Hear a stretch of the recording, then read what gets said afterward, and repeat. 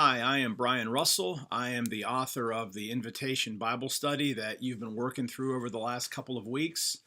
I wanted to take this opportunity to thank you. Thank you for using Invitation. I'm very grateful for the opportunity to read the Bible together with you, or at least I'm reading with you in spirit.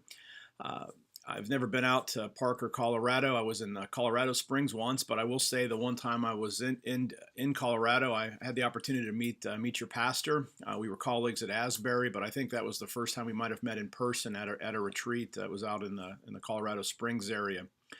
Again, very grateful that you're using Invitation, and I wanted also to take a few minutes to encourage you in your study and to say a couple things about the emphases that you'll find in Invitation. I know you all are several weeks into the study, so you've got a feel for the rhythms of the daily readings and also of the video. Let me say, first of all, that really the most important thing about Invitation is that it's an invitation to study the scriptures.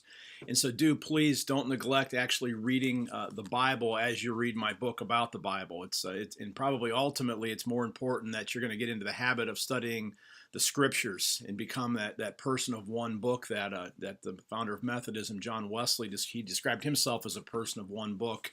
My goal in writing Invitation and working with Seedbed on their whole one book material is to get you excited about the scriptures, give you a big framework for reading the scriptures, but ultimately set you up for a lifetime of studying the Bible as you breathe in the good things that God has for us in His words, and then breathe those back out to the world as we seek to live as His missional people that reflect who God is. And that little phrase there, when we think about what a church is, in our current realities in North America, it's absolutely vital that we get back to that apostolic emphasis that we saw in the New Testament times, where the gospel essentially it moved from town to town and from person to person. So when I wrote Invitation, my goal in writing it was to equip you to understand the big picture of the Bible, but to see that big picture for the story that it actually is. It's God who wants to be known, calling a people to Himself. That's ultimately going to be us, the church, as followers of Jesus, the Messiah, and then sending us into the world to be His hands, His feet, His mouthpieces.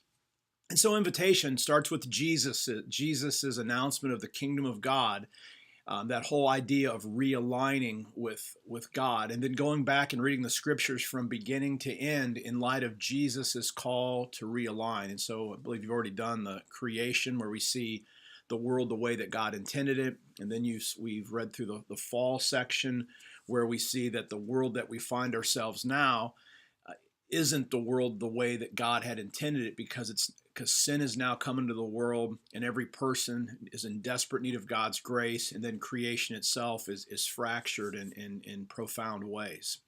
So you're going to see in this next week, I believe you're going to start week 4, God's going to call a new humanity to Himself, and that's going to be Abraham, and that's going to be the beginning of this stream that ultimately is going to lead to the coming of Jesus. His life, death, and His resurrection is the climax of God's work, and then He's going to send out the church in anticipation of the beautiful, wonderful, abundant future that God has in store for us in new creation. So as you read Invitation, a couple questions that you want to keep in mind. I've asked these already in some ways, but how do I understand my mission? Who is my mission? What's God calling me to do? Who are the people that God is calling me to carry the gospel to? What would my life look like if I gave myself to this mission? Who's the community that I'm going to live out the Christian life with? Who is the community who's going to support me as I seek to be on mission for God? And then the third thing is, what kind of person do I need to become to live out this mission in community? That's the holiness question. So mission, who is my mission? Community, who's my community? And holiness, what kind of person do I need to become? And then the big challenge, after we've kind of looked through all this, is going to be simply this: am I all in? Am I ready to live the life that God created me to live? Am I ready? Am I ready then to find myself, my place in the story that God is writing? Again, look forward to hearing how invitation works out. If you have any questions, you can send them my way. But again, thank you very much. I'm Brian Russell, and it's a privilege to read the scriptures with you. God bless.